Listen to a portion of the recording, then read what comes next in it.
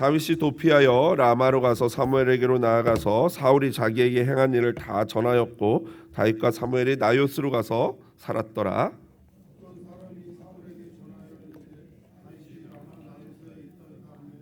사울이 다윗을 잡으러 전령들을 보냈더니 그들이 선지자 무리가 예언하는 것과 사무엘이 그들의 수령으로 선 것을 볼 때 하나님의 영이 사울의 전령들에게 임하매 그들도 예언을 한지라.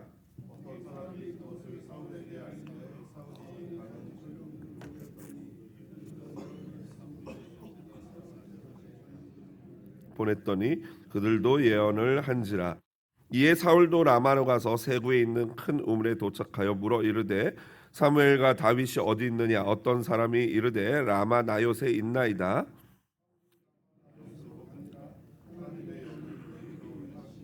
그가 라마 나요스에 이르기까지 걸어가며 예언을 다 같이요. 그가 또 그의 옷을 벗고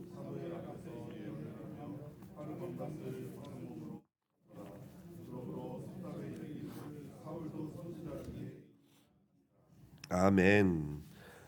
오늘 본문 말씀 사무엘상 19장 18절로 24절 말씀 가지고요. 직접 도우시는 하나님이라는 제목으로 말씀의 은혜 나누도록 하겠습니다.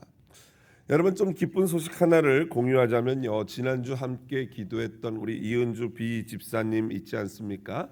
그 집사님과 그 일행이 지난 주일 밤에 무사히 시애틀로 복귀했습니다. 제가 지난 주일 아침에 궁금해가지고 도착하셨는지 카톡을 보냈더니 답톡이 없어서 걱정하며 여러분께 함께 기도해달라고 부탁하지 않았습니까? 그런데 그날 주일날 밤 9시에 보니까 9시 넘어서 이 시애틀에 무사히 도착했다고 카톡이 왔습니다. 저는 이제 아침에 그걸 봤는데요. 우리 집사님 잠깐 한번 일어나 보실까요? 한번 우리 전쟁터 한복판에서 살아 돌아오신 우리 집사님 박수로 격려해드리겠습니다. 네, 대단한 여행사예요. 24명 한 명도 낙오 없이 생존하여 돌아오셨습니다. 지금이니까 이렇게 우리가 웃으면서 얘기할 수 있지, 그 한복판에 계속 있었다면 얼마나 이게 끔찍합니까? 집사님과 제가 주중에 이제 통화하고 이야기를 나눴는데요. 오늘 새 가족부도 이렇게 또 와서 섬기셨는데, 집사님에서 여러분 좀 한 가지 기도해 줄 것은 아직도 꿈을 꾸는데 여전히 그 두바이에 남아서 막 8시 반 이 승객들 비행기 태우는 그 꿈을 계속 꾸고 있다고 합니다. 얼마나 마음이 그 조급하겠습니까? 여러분들 빨리 이 트라우마 극복하게, 일종의 트라우마 같은데 극복하게 해달라고 기도해 주시길 부탁을 드립니다. 꿈 이야기가 나와서 말인데 말이죠. 여러분, 꿈은 하나님이 당신의 뜻을 계시할 때 종종 구약에서 보면 사용하던 방법 중에 하나죠. 성경에도 보면 수많은 계시가 이 꿈을 통해서 이루어진 것을 우리가 볼 수 있습니다. 예를 들자면 창세기 28장 12절 보면 야곱의 사다리 꿈 있지 않습니까? 바로 그러면서 야곱이 이곳이 하나님이 함께 하시는 곳이구나를 깨달았던 28장 12절에 꿈의 본즉이라고 나오고요. 또 마태복음 1장 24절을 보면요.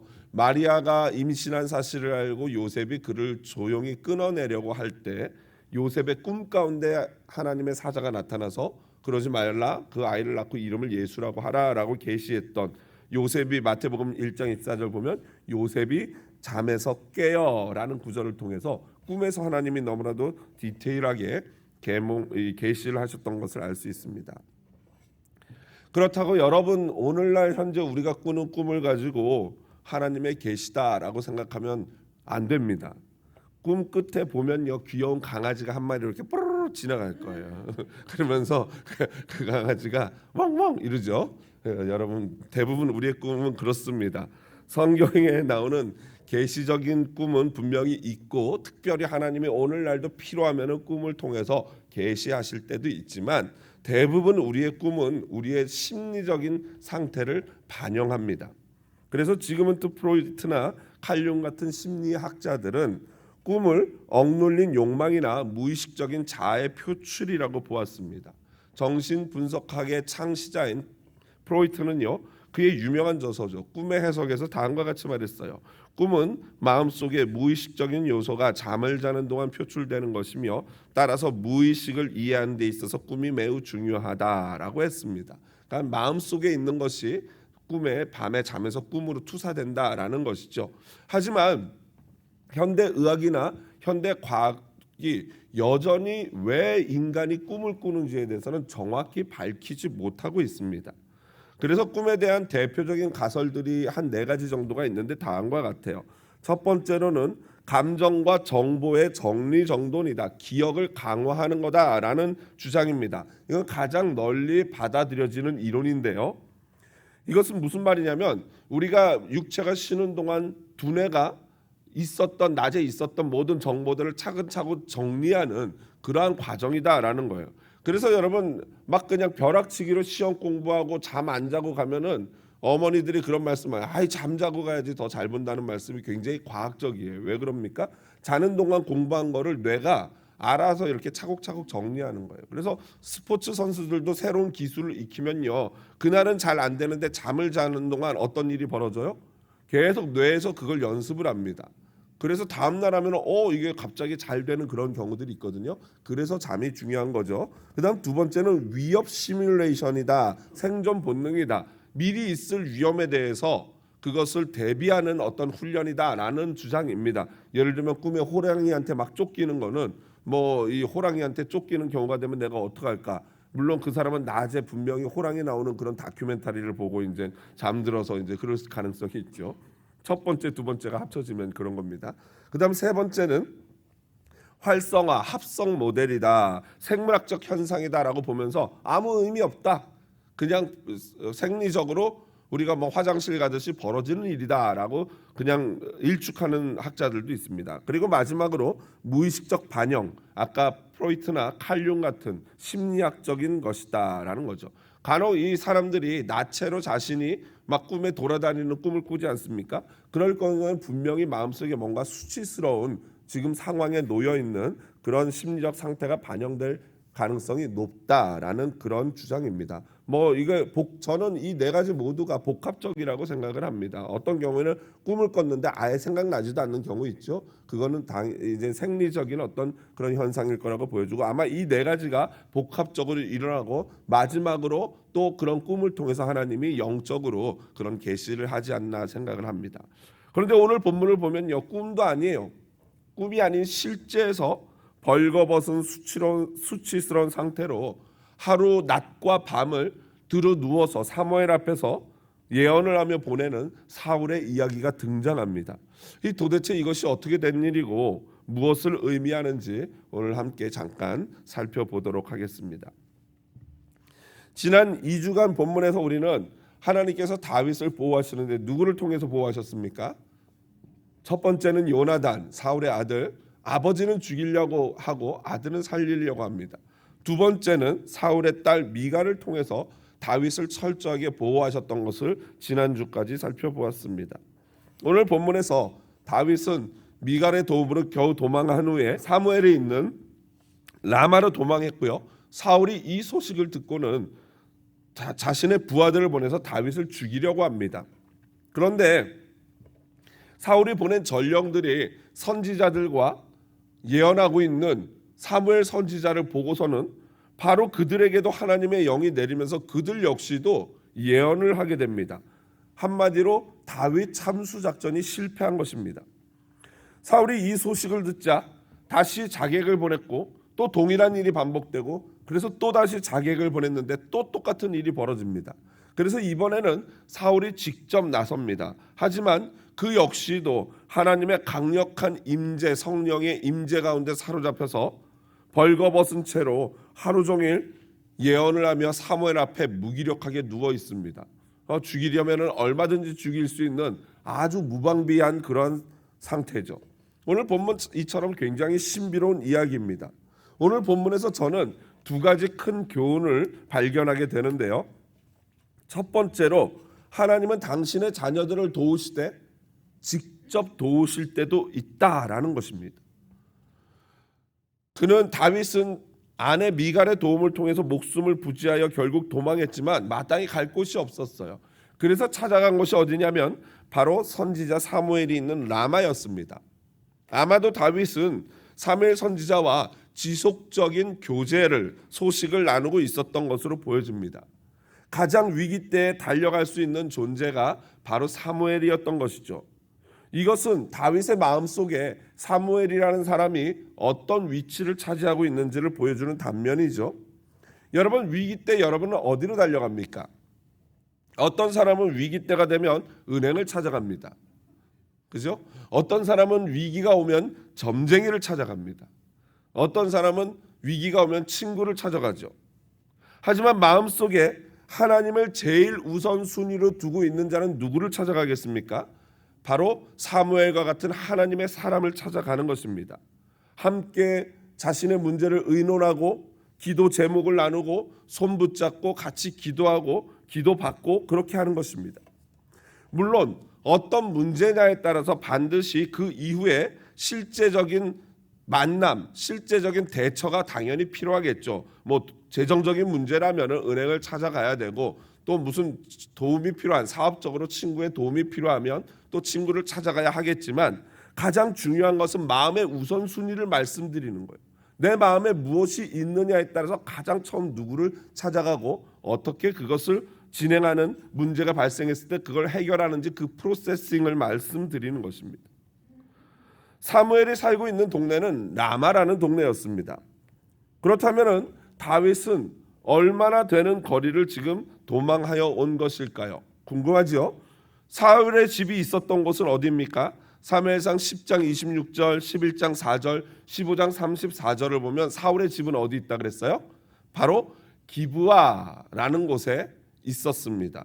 아마도 그곳에 왕궁, 뭐 왕궁이라고 하기엔 그렇겠지만 조그만한 그런 어떤 왕이 사는 집이 있었을 것이고, 그 근처에 또 다윗의 집도 분명히 있었을 것입니다. 다윗은 거기에서 도망하여 바로 라마라는 곳으로 간 것입니다. 그런데 지도상으로 라마를 보면요, 그 라마가 그리 멀지 않아요. 한번 지도 볼까요? 사진 볼까요? 네, 라이트 좀 꺼주시면 보시면은 여기가 라마고요, 여기가 기브아예요. 그러니까 이 기브아에서 라마로 가는 요 거리가 사실은 굉장히 가깝죠. 그래서 실제적으로 지금도 보면은 저 거리는요 약 2마일 정도밖에 되지 않아요. 3.2km. 그러니까 걸어가면은 1시간 정도, 뛰어가면은 뭐 20분 내지 뛸 수 있는 그런 가까운 거리예요. 그런데 다윗이 일로 사무엘이 있는 라마로 도망했다는 것은 아마도 뭐 망명하듯이 사무엘 선지자에게 가면 그래도 죽지는 않겠다, 다윗이 거기까지 와서 나를 죽이진 않겠지라는 그런 생각을 했던 것 같습니다. 네, 불 켜주시면 되겠습니다.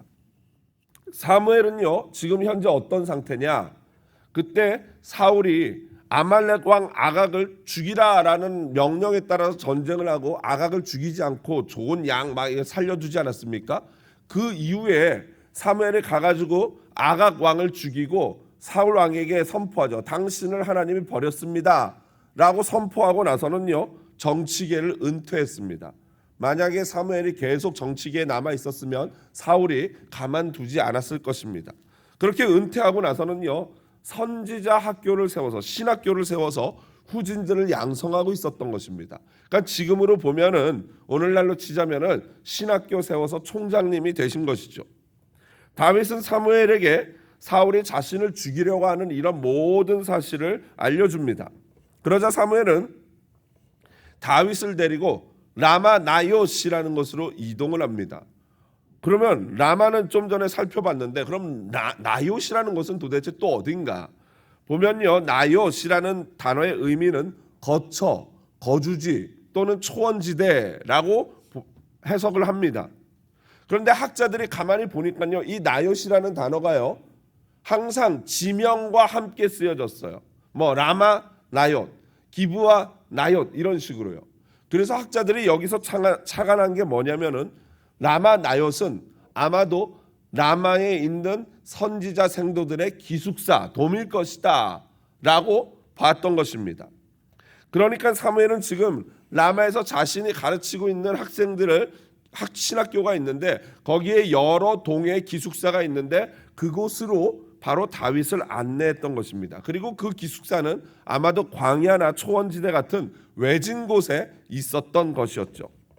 그런데 그곳까지 사울의 전령, 곧 자객들이 찾아온 것입니다. 하지만 사무엘을 보자마자 하나님의 영이 그 자객들에게까지도 내려서 그들이 예언을 했던 것이죠. 여기서 말하는 예언은 무엇일까요? 이 예언은요, 학자들은 이것은 신령한 노래를 하며 하나님을 예배하는 것을 말한다라고 보는 학자들도 있고요. 어떤 학자들은 하나님이 그들의 입에다가 계시를 담아주신 것을 예언하는 것이다라고 말하는 학자들도 있어요. 여러분은 이 예언이 무엇이라고 생각하십니까? 1번입니까? 2번입니까? 솔직히 누가 알겠습니까? 그렇죠. 이게 몇천 년 전에 이뤄진 일이기 때문에 그 예언이 그들이 예언하는 것이 뭔지는 누구도 정확히 알 수 없어요. 뭐 예배하면서 찬양 가운데 나올 수도 있고 실제로 하나님의 영이 임해서 막 진짜 자신도 알지 못하는 그런 말들을 했을 수도 있습니다. 다만 분명한 것은 뭐냐면요, 지금 이 전령 자객들은 다윗을 죽이지 않으면 누구에게 죽어요? 사울에게 죽게 생겼잖아요. 그런데 자신이 죽을 것을 알면서도 다윗을 죽이기는커녕 선지자들과 함께 예배할 정도로 강력한 성령의 엑스타시에 사로잡혀서 어쩔 수 없었다는 거예요. 이 사실을 보고받은 사울은 2번이나 자객들을 더 보냈지만 그들도 똑같은 현상을 경험했던 것입니다. 심지어 이제 본인이 직접 나서죠. 본인 역시 어쩌지 못하는 강력한 하나님의 역사하심의 영에 사로잡혀서 그는 오히려 한 발 더 나가죠. 자신이 입고 있는 왕복과 군복을 다 벗어던진 나체로 그저 사무엘 앞에 들어 누워서 하루 밤낮을 온종일 예언을 하며 중얼중얼 거렸던 것입니다. 여기서 우리가 배울 수 있는 첫 번째가 바로 어려움에 당한 하나님의 자녀들을 직접 도우시는 바로 그 하나님을 우리가 발견한다고 처음에 말씀을 드렸습니다. 하나님은 주로 간접적으로 사람을 통해서 또는 자연 현상을 통해서 우리를 도우시지만 때로는 직접 이렇게 도우실 때도 있다라는 것입니다. 그러므로 우리 인간은요, 하나님의 방법을 제한할 수 없어요. 하나님은 이런 분이야, 하나님은 이렇게 하셔. 그렇지 않아요. 하나님은 하나님이 원하시는 대로 할 수 있는 분이신 줄로 믿습니다. 하나님은 어떤 방법으로든지 중요한 것은 뭐예요? 하나님의 자녀인 저와 여러분을 도우실 줄로 믿습니다. 지금까지 우리가 그렇게 살아온 것이에요. 사실은 하나님의 보이지 않는 손이 직접 도우시든 아니면 누군가를 통해서 우리를 도우시든 그렇게 해서 우리가 여기까지 온 줄로 믿습니다. 한편 오늘 본문에서 아주 중요한 성령 하나님에 대한 지식을 우리가 얻을 수 있어요. 지난번 제가 교파에 대해서 설교할 때 교회의 대분열, 곧 서방교회와 동방교회가 나뉘게 된 게 뭐 때문이라고 그랬습니까? 바로 필리오케라는 단어 하나 때문이라고 말씀을 드렸어요. 그리고 아들로부터 또한 아들로부터 이런 뜻이거든요. 성령이 어떻게 나오시느냐, 성부로부터 발출하신다는 문장이 있었는데 이 교회가 대분열하던 이때에 딱 이때에 이 서방교회에서는 아버지와 아들로부터 성령이 발출하신다라는 문장을 넣고 그것 때문에 동방 정교회와 가톨릭 교회로 대표되는 교회가 나뉘어지게 된 것입니다. 그리고 나서 그 이후에 이 서방교회, 우리 개신교 쪽에도 계속해서 이 성령에 대한 입장 때문에 교파들이 나뉘게 되었죠. 그렇다면은 성경이 말하는 성령, 신학으로 치자면 성령론은 어떤 것일까요? 먼저 구약과 신약의 성령에는 상당한 차이가 있습니다. 구약의 성령은요, 필요에 따라서 하나님이 필요한 사람에게 임했어요. 그래서 구약의 성령은 공동체 내지는 민족적인 구원, 곧 이스라엘을 구원하기 위해서 성령이 역사하셨던 것입니다. 그러므로 이스라엘이 전쟁에서 이기면 그것이 곧 구원이었어요. 오늘날까지 이 구약적인 사고에 사로잡힌 자들이 누구냐면 시온주의자들이에요. 무슨 말이냐면 이스라엘이 회복되면은 그것이 하나님의 뜻이 이루어진 거다라고 생각하며 이스라엘 국가의 승리와 하나님의 구원을 동일시하는 거예요.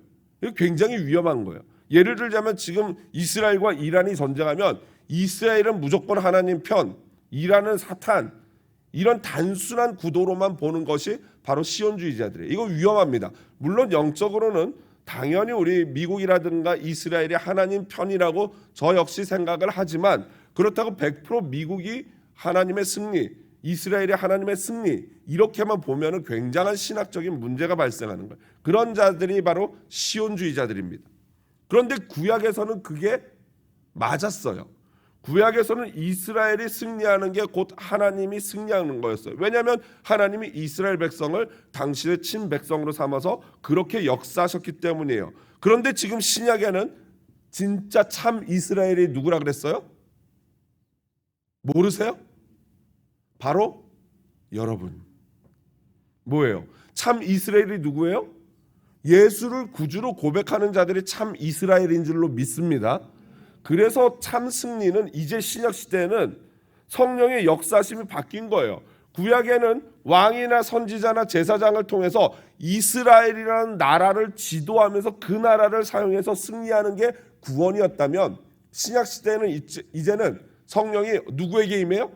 왕, 제사장, 선지자만 아니라 누구에게 임해요? 모든 사람에게 임해요. 남녀노소 할 것 없이 예수를 구주로 고백하는 모든 자에게 임하시는 줄로 믿습니다. 그래서 그 성령은 나라를 구원하는 게 아니라 각 개인을 구원하시는 그 역사를 이루는 게 바로 신약시대 성령의 역사예요. 이게 굉장히 중요한 차이입니다. 그리고 구약의 성령은 한번 오셔서 그렇게 구원의 역사를 확 이루시고는 필요 없으면은 임기가 마치면은 떠나가셨어요. 그래서 하나님이 성령이 임재했다 그리고 떠나가셨다라고 표현을 해요. 그런데 신약에서는 하나님이 성령님이 한번 우리 마음속에 확 들어오시면 뭐예요? 내주하십니다. 안에 거하시면서 영원토록 거주하시는 거예요. 언제까지요? 우리를 천국으로 이끌어갈 때까지 절대로 떠나시지 않는 것입니다. 이게 바로 내주하신다라는 표현이에요. 한편 이러한 성령의 역사하심, 내주하심은 이 교파에 따라서 관점이 조금씩 달라요. 그래서 우리 개혁주의 장로교, 칼빈주의는요 성령의 임하심과 성령 세례를 동일하게 봅니다. 즉 다시 말해서 우리가 나 예수를 구주로 믿습니다라고 고백하는 순간 성령이 임재하셨고 그걸 성령 세례로 보는 거예요. 그리고 날마다 기도하면서 찬양할 때 은혜를 받는 것은 성령 충만이다라고 표현을 합니다. 반면에 다른 교단들 뭐 오순절 계통, 성결교 계통 이런 교단은요 좀 다르게 봅니다. 성령을 받는 게 단계가 있는 것처럼 그들은 생각하고 있어요. 그러니까 처음에 예수님 믿을 때도 성령이 하셨지만 중요한 거는 막 해가지고 막 기도해서 막 이 한번 체험을 해야지만 그게 이제 성령을 받았다라고 보는 그런 교단들이에요. 특별히 오순절 계통 순복음 교단은요 거기서 더 나가서 뭐 해야지 성령 받은 거예요? 그렇죠. 방언을 해야지만 그게 꼭 성령 받은 증거다라고 얘기를 해요. 여기 방언 하시는 분들 있고 못하는 분들도 있잖아요. 그럼 이제 곤란해지죠. 나 방언 못하는데? 그럼 나 성령이 없는 건가? 그거는 비성경적이죠. 우리 장로교는 왜 그러면 성령이 임하셨다고 우리는 방언을 못해도 왜 성령이 임하셨다고 보는가? 사도 바울이 이렇게 말씀하셨어요. 고린도전서 12장 3절을 보면요. 같이 한번 읽어볼까요? 또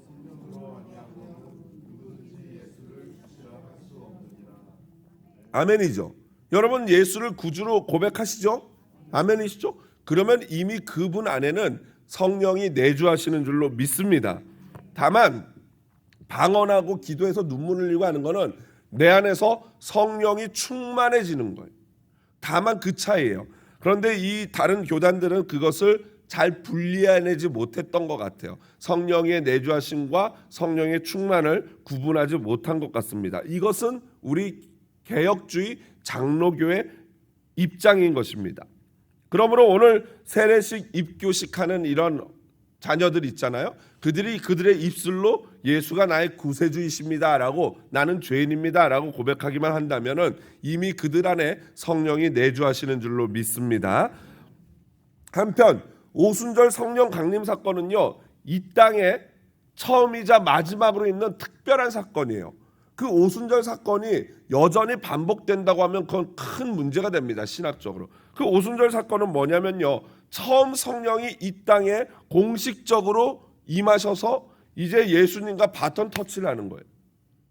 신약 그 중간에는 구약 시대는 성부 하나님의 시대였다면은 하나님이 예수님을 이 땅에 보내시면서 바톤 터치를 해서 이제는 네가 해라 하고 예수님이 33년, 짧게는 3년 공생애를 하셨어요. 그리고 예수님이 승천하시면서 다시 성령님과 바톤 터치를 해요. 이제부터는 성령의 시대다. 그 공식적으로 성령이 이 땅에 즉위식, 임관식을 한 날이 바로 오순절 성령 강림 사건이에요. 그래서 이미 예수님은 부활하셔서 제자들에게 나타나셨죠. 그리고 요한복음 22절에 숨을 후 푸뉴마 후 하고 숨을 내쉬면서 제자들에게 이렇게 말씀하셔요. 성령을 받으라. 그러면 여러분 헷갈리죠. 제자들이 예수님을 구주로 고백하는데 왜 성령을 받으라 그러지? 성령이 없으면 그들이 예수님을 구주로 고백할 수 없을 텐데 그들이 예수를 구주로 고백했다면 이미 성령이 있다는 얘기인데 왜 또 받으라 그러시지?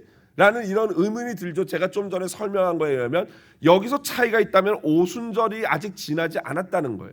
무슨 말씀인지 이해되시죠? 오순절을 통해서 성령님이 임하시고 그때부터 성령이 각 개인에게 내주하시는 시대가 시작되는 거예요. 정확히.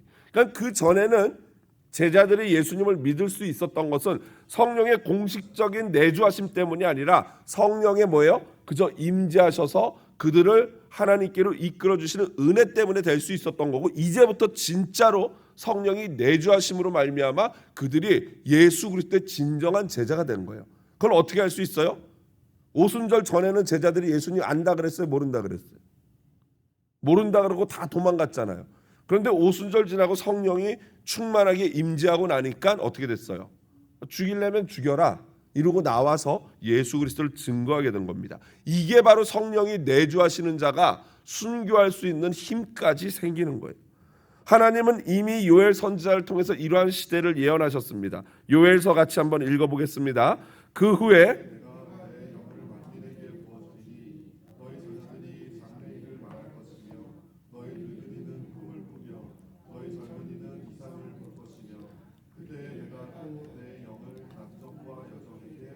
아멘. 우리는 지금 이러한 성령이 직접 역사하는 은혜의 시대, 성령의 시대, 신약의 시대를 살아가고 있는 것입니다. 하나님은 사람들을 통해서 우리를 도우실 뿐만 아니라 때로는 놀라운 기적적인 역사로 직접적으로 도우시는 분인 줄로 믿습니다. 그 하나님의 손길을 기대하며 기도해야 할 줄로 믿습니다. 다윗을 죽이러 온 사울에게 놀라운 일이 벌어졌습니다. 먼저는 하나님의 영이 임했다는 거예요. 여러분 신기하죠? 이런 나쁜 사람, 이런 환자에게도 하나님의 영이 임하고 싶으면 임하실 수 있는 거라는 거죠. 사실 사울에게 하나님의 영이 임한 것은 몇 번째예요? 이미 두 번째죠. 사무엘상 10장 10절에 보면은 그는 이 지금과 비슷한 상황처럼 강력한 영에 사로잡혀서 선지자들과 함께 예언을 했습니다. 그런데 오늘 본문에서는 그뿐만 아니라 스스로 왕의 의복을 벗어던지고 벌거벗은 채로 사무엘 앞에 누워 있는 것입니다. 그리고 낮과 밤을 예언을 하면서 하루 종일 그렇게 보내는 거예요. 다윗을 죽이기는커녕 아무것도 할 수 없는 너무나도 무기력한, 무능력한 그러한 상태에 들어간 것입니다. 여러분 이 사건, 사울이 스스로 왕복을 벗어던지고 나체로 누워 있는 사건이 시사하는 바가 사실 굉장히 큽니다. 그래서 제가 배웠던 우리 송명현 교수님은 이렇게 말씀하셨어요. 킹메이커였던 사무엘이 이제는 사울 왕의 통치의 정당성을 빼앗아가는 킹브레이커가 되었다. 지금 사무엘이 그에게 안수해서 왕을 세웠다면 이제는 사무엘 앞에서 옷을 벗겨짐을 당하면서 그는 이제 왕의 그 자리에서 폐위가 되는 것입니다. 또 월터 브로거만이라는 학자는 다음과 같이 말했어요. 같이 한번 또 읽어보겠습니다. 아직도 키는 크지만 더 이상 위대하지 못한 이 사람이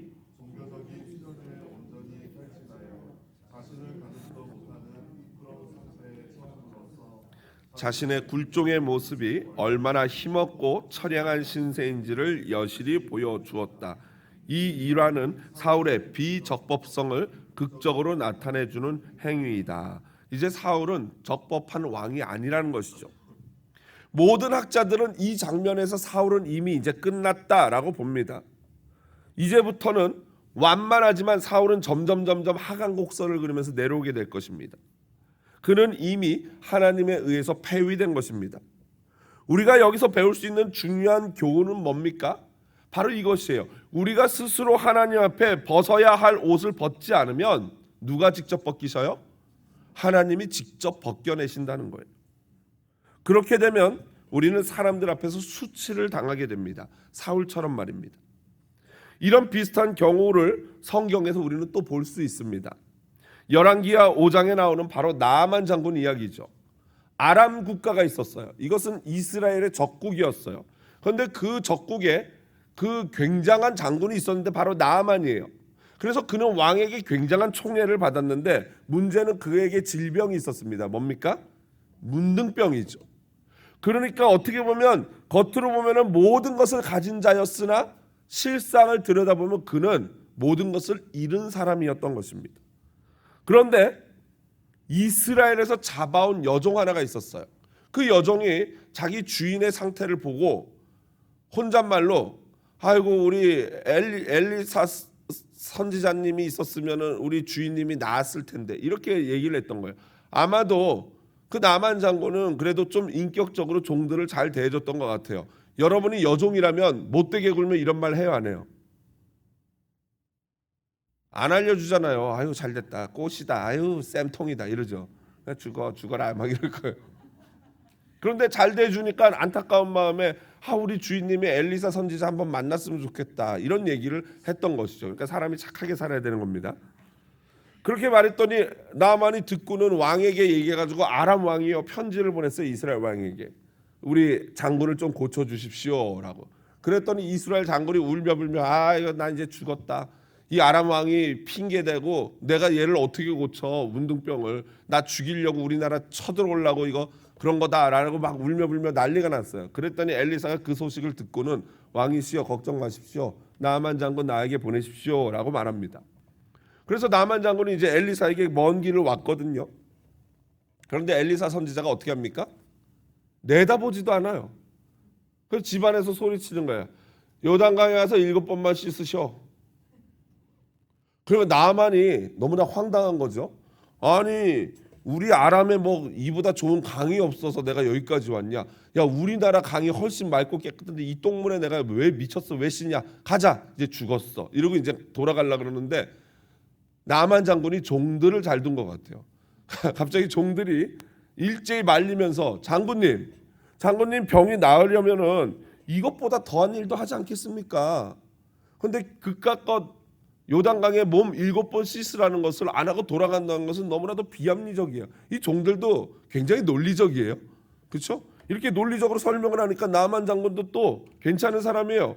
이게 네가 뭘 한다 그래 하고 확 죽이지 않고요. 네 얘기 듣고 보니까 그게 맞다 하면서 그 많은 부하들과 종들 앞에서 뭘 합니까? 옷을 어떻게 해요? 벗는 거죠. 화려한 장군의 의복으로 가려졌던 그 속에 있던 처참한 자신의 몰골을 그대로 벗어서 드러낸 것입니다. 그리고 요단강에 들어갔어요. 첫 번째, 두 번째, 세 번째.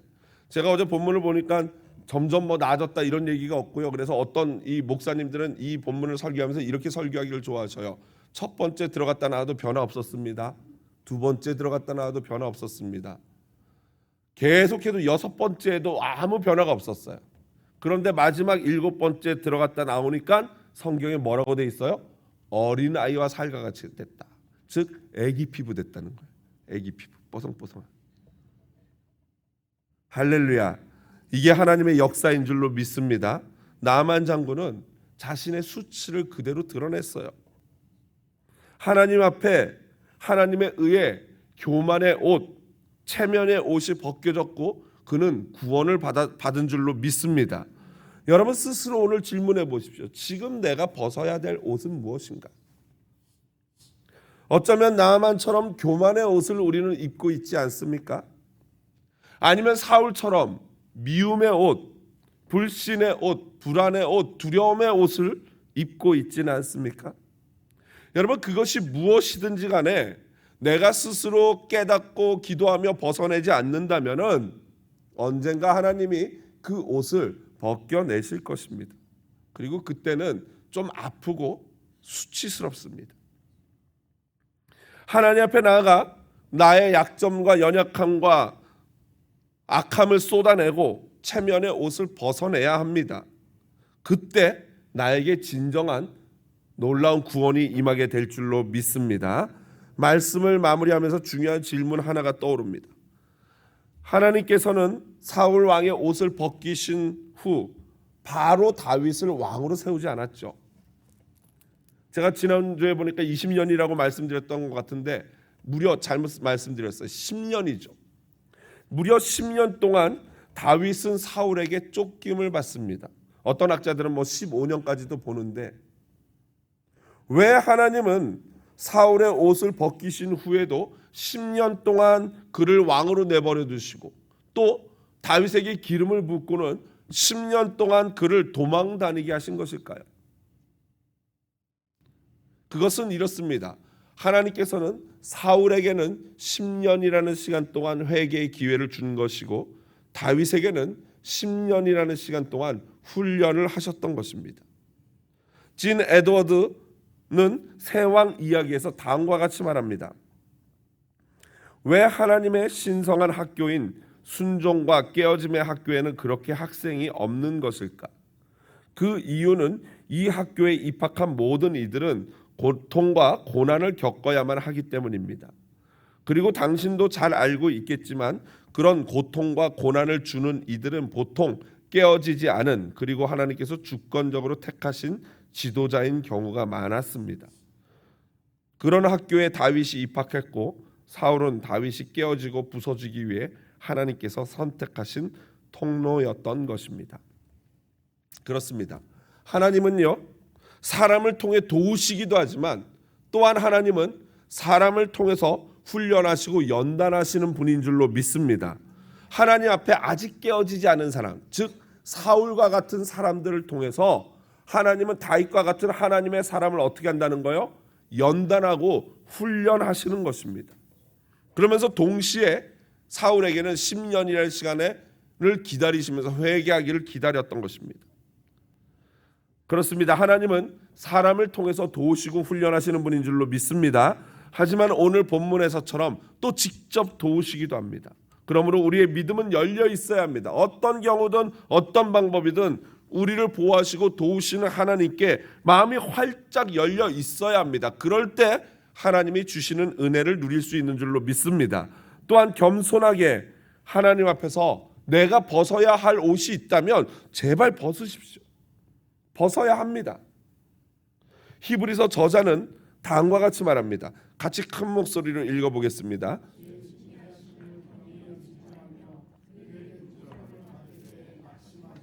아멘. 여러분 얼마나 하나님이 우리를 잘 아시면 모든 말씀에 다 들어있어요. 하나님이 때로는 우리를 징계하시고 꾸지람하실 텐데 그때 낙심하지 말라는 거예요. 그리고 그걸 무시하지 말라는 거예요.